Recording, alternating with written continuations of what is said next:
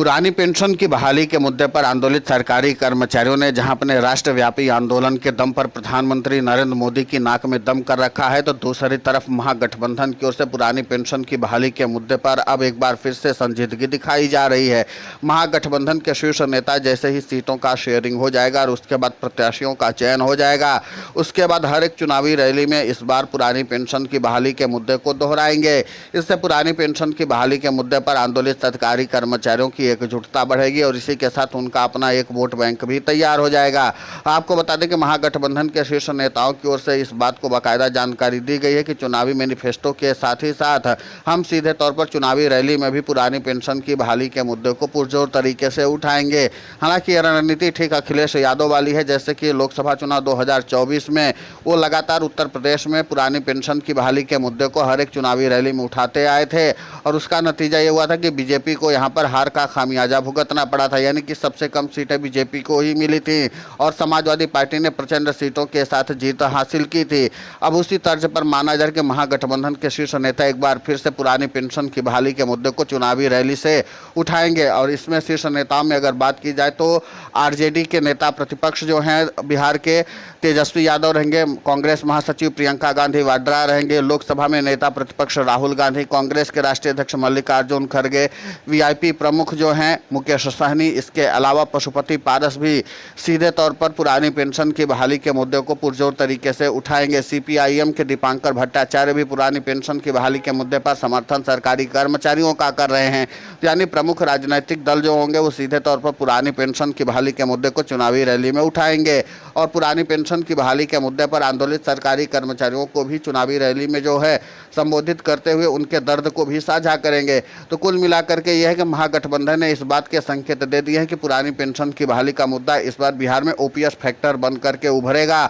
और सियासी समीकरण बदलने का एक महत्वपूर्ण हिस्सा साबित होगा। तो कुल मिलाकर के यह है कि पुरानी पेंशन की बहाली के मुद्दे पर आंदोलित सरकारी कर्मचारियों का प्रभाव अब लगातार बढ़ता चला जा रहा है और सियासी तौर पर सरकारी कर्मचारी अपने प्रभाव को दिखा भी रहे हैं। अब महागठबंधन जिस तरीके से संजीदगी दिखा रहा है उसका मतलब साफ है कि पुरानी पेंशन की बहाली का मुद्दा एक बार फिर से एनडीए के लिए काल साबित होने जा रहा है। आपको बता दें कि अभी तक पुरानी पेंशन की बहाली के मुद्दे पर जो लड़ाई चल रही थी वो एनडीए के साथ नहीं थी, सीधे तौर पर बीजेपी के साथ में थी और बीजेपी के साथ में जब भी लड़ाई हुई थी तो सीधे तौर पर सरकारी कर्मचारियों ने बड़ी जीत भी हासिल की थी। कई राज्यों में सरकारी कर्मचारियों ने इसी पुरानी पेंशन के दम पर जीत भी हासिल की है और सत्ता परिवर्तन भी किया है, लेकिन इस बार लड़ाई सीधे तौर पर एनडीए के साथ है, यानी कि एनडीए के कई घटक दल भी हैं। लेकिन यहाँ पर दिलचस्प बात यह है कि पुरानी पेंशन की बहाली के मुद्दे पर आंदोलित सरकारी कर्मचारियों ने एनडीए के खिलाफ ही जबरदस्त तरीके से एंटी इनकम्बेंसी का माहौल बना दिया है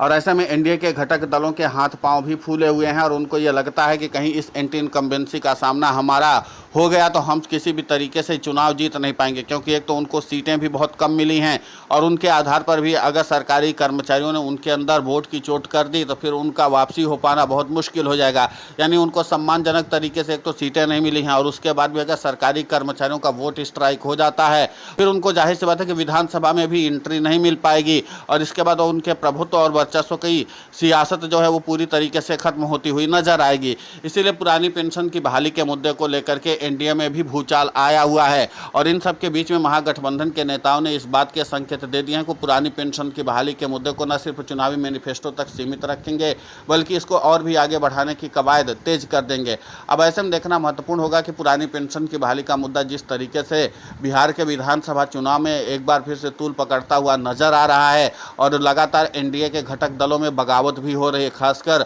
ओम प्रकाश राजभर की पार्टी जो सुभाषपा है उसने तो 153 सीटों पर अकेले चुनाव लड़ने का फैसला कर दिया है और यह सरकारी कर्मचारियों के लिए एक्स फैक्टर साबित हो जाएगा, क्योंकि जाहिर सी बात है ओम प्रकाश राजभर की पार्टी जमीनी स्तर पर काम कर रही थी और इसी के साथ उनका एक अपना जातीय समीकरण भी है। उस जातीय समीकरण के लिहाज से ओम प्रकाश राजभर को जीत मिले या ना मिले, लेकिन इतना तो तय है कि ओम प्रकाश राजभर जो जीत वाला मार्जिन है उसको कम कर सकते हैं और जिसके नाते से सरकारी कर्मचारियों को एक बड़ी सफलता मिल सकती है। उसका कारण ये है कि जो वोट प्रतिशत है वो बीजेपी का ही वो नुकसान पहुंचाएंगे, यानी कि बीजेपी का ही वोट काटेंगे और इधर सरकारी कर्मचारी अपने वोट बैंक को और भी ज़्यादा मजबूत कर रहे हैं, उसको धार दे रहे हैं। तो सरकारी कर्मचारियों का वोट बैंक मजबूती के साथ आगे बढ़ रहा है और एनडीए का जो घटक दल है वो लगातार उनके वोट कटवा के रूप में उभर कर सामने आ रहा है। यानी ओम प्रकाश राजभर ही एनडीए के लिए वोट कटवा साबित होंगे। 153 सीटों पर अगर चुनाव लड़ेंगे, हम मान लेते हैं 2 से 3 हज़ार भी अगर उनको वोट मिलते हैं एक सीट पर, तो जाहिर सी बात है कि उतना वोट बीजेपी का कम होगा, यानी कि एनडीए के घटक दलों का भी कम होगा। और जब उतना वोट कम होगा और सरकारी कर्मचारियों का इतना ही वोट आगे बढ़ जाएगा, तो जाहिर सी बात है कि जो फिर महागठबंधन के प्रत्याशी होंगे उनको जीतने में ज़्यादा मुश्किलें आने वाली नहीं हैं। तो कुल मिला करके है कि एनडीए के घटक दलों में बढ़ती बगावत और दूसरी तरफ जिस तरीके से सरकारी कर्मचारियों का बढ़ता हुआ प्रभाव नजर आ रहा है, तीसरी बात ये कि महागठबंधन के शीर्ष नेताओं की ओर से सरकारी कर्मचारियों को साधने के लिए चुनावी रैलियों से सीधे तौर पर ऐलान। अब जाहिर सी बात है कि पुरानी पेंशन का ओपीएस फैक्टर जो है पूरी तरीके से सियासी रंग ले चुका है और उसके नाते से नेता भी इस पर संजीदगी दिखा रहे हैं, क्योंकि पुरानी पेंशन की बहाली के मुद्दे पर आंदोलित सरकारी कर्मचारियों ने 14 सितंबर को बिहार की राजधानी पटना में व्यापक शक्ति प्रदर्शन करके पहले ही इस बात का संदेश दे दिया था कि इस बार हर एक विधानसभा सीट की हर एक बूथ पर सरकारी कर्मचारी अपने ओपीएस फैक्टर को लेकर के आगे बढ़ेंगे। और इस बात का ऐलान खुद एनएम ओपीएस के राष्ट्रीय अध्यक्ष और रटेवा के प्रदेशाध्यक्ष